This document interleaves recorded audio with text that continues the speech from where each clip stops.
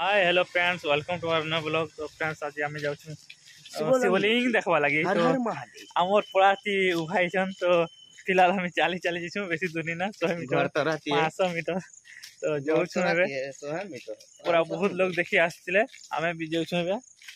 पूरा ए पूजा पूजी भी करते ना मंदिर रेडी अच्छा नड़िया नुड़ी धर आम सब सजेशन देखा लगे तो वीडियो के लास्ट देखा oh my God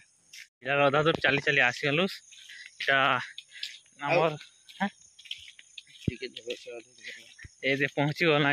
in entry करवाटा कसी खाना रे बाहरी छन तो आम जे देखवा लगे जाऊँ ए भी लोक ने थे कि गारंटी तो नहीं ना ये मंदिर अच्छे मंदिर के लास्ट में देखा भीतर के एंट्री करो खास ओ माय गॉड तो आम एंट्री करुछुटा तो अभी फिलहाल कह लोक नहीं ना भला अच्छे पूरा कहीं नहीं ना सकाल सकाल आसना तो मस्त वीडियो बनावा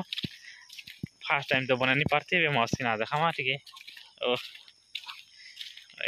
मार्केट कम्प्लीट नहीं हमारा याद चली ओ मस्त सेटिंग फिटिंग करा जाए ओ अरे शिवलिंग तो पूरा टोपी तो दी मस्त लाइट फाइट जले माय गॉड ओ हैं केंडा